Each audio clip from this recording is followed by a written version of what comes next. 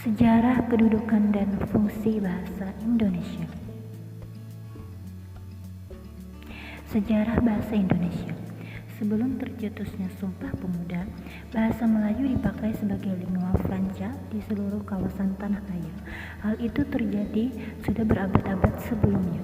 Dengan kondisi semacam itu, masyarakat Indonesia tidak merasa bahasa daerahnya disaingi.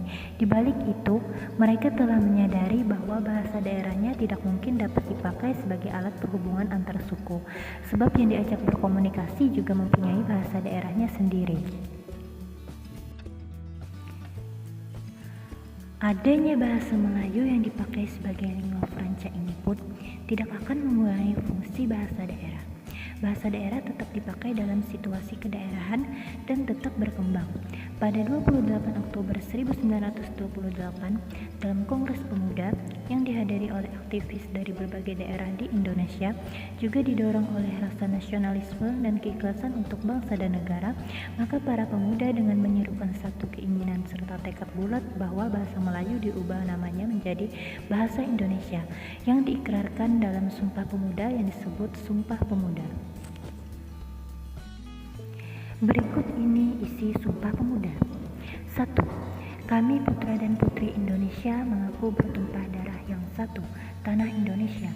2. Kami putra dan putri Indonesia mengaku berbangsa satu, bangsa Indonesia. 3. Kami putra dan putri Indonesia menjunjung bahasa persatuan, bahasa Indonesia. Butir ketiga Sumpah Pemuda tersebut menjadi telah berubahnya bahasa Indonesia sebagai lingua franca menjadi bahasa Indonesia sebagai bahasa persatuan. Dapat dikatakan bahwa secara kronologis bahasa Melayu telah berkembang dari lingua franca menjadi persatuan dan menjadi bahasa negara hingga sekarang. Kedudukan dan fungsi bahasa Indonesia sebagai bahasa nasional.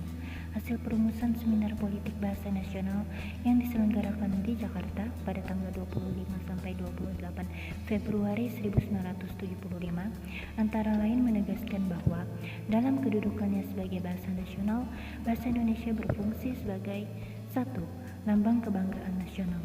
2. Lambang identitas nasional. 3. Alat penyatuan berbagai suku bangsa dengan latar belakang sosial budaya dan bahasa yang berbeda. 4. Alat perhubungan antar daerah dan antar budaya. A. Lambang kebanggaan nasional. Bahasa Indonesia yang kita miliki merupakan anugerah dari Tuhan karena tidak semua negara memiliki bahasa. Rasa bangga terhadap bahasa Indonesia dapat kita sikapi dengan menghargai warisan, hasil karya dan semua hal yang dimiliki bahasa Indonesia. Sebagai lambang kebanggaan nasional, bahasa Indonesia memiliki nilai-nilai sosial budaya luhur bangsa Indonesia. Dengan keluhuran nilai yang dicerminkan bangsa Indonesia, kita harus bangga menggunakannya. Kita harus menjunjung dan kita harus mempertahankan bahasa Indonesia. Contoh penggunaan bahasa Indonesia sebagai lambang kebanggaan nasional. Salah satu cara dalam mengungkapkan rasa bangga terhadap bahasa Indonesia yaitu dengan cara menghargai warisan budaya Indonesia, dengan mempelajari tarian, mengadakan festival budaya, pameran kerajinan, lomba debat berbahasa Indonesia, dan lain-lain. B. Lambang identitas nasional. Fungsi dari kedudukan bahasa Indonesia sebagai lambang identitas nasional yaitu pemakaian bahasa Indonesia yang baik dan benar. Bahasa Indonesia akan memiliki identitasnya sendiri kalau sebagai pemakai dapat membina dan mengembangkan bahasa Indonesia sehingga bahasa Indonesia bersih dari unsur bahasa lain. Sebagai lambang identitas nasional, bahasa Indonesia merupakan ciri bangsa Indonesia. Ini berarti dengan bahasa Indonesia dapat diketahui siapa kita, yaitu sifat, perangai, dan watak kita sebagai bangsa Indonesia. Contohnya, kita merasa bangga dapat menggunakan bahasa Indonesia dalam pidato-pidato resmi kenegaraan. Jika Presiden berpidato dalam forum resmi internasional ketika kegiatan tersebut berada di negara Indonesia, selayaknya menggunakan bahasa Indonesia. C. Alat pemersatu.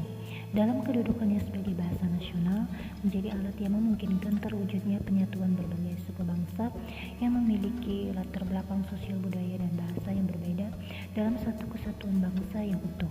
Adanya kenyataan dengan menggunakan bahasa Indonesia, identitas suku dan nilai-nilai sosial budaya daerah masih tercermin dalam bahasa daerah masing-masing. Contoh kedudukan bahasa Indonesia sebagai bahasa nasional yaitu sebagai alat pemersatu suku bangsa. Bangsa Indonesia mempunyai berbagai ragam bahasa daerah. Dengan adanya bahasa Indonesia, orang dengan bahasa daerah yang berbeda dapat menggunakan bahasa Indonesia ketika berkomunikasi karena adanya bahasa pemersatu, yaitu bahasa Indonesia. D. Alat penghubung antar budaya dan antar daerah.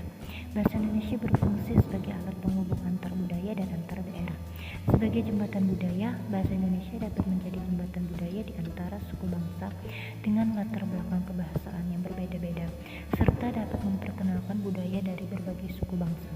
Jadi, fungsi penghubung antar budaya yang melekat pada bahasa Indonesia pada gilirannya akan memperkaya bahasa Indonesia dengan kekayaan budaya yang terkandung dalam bahasa daerah.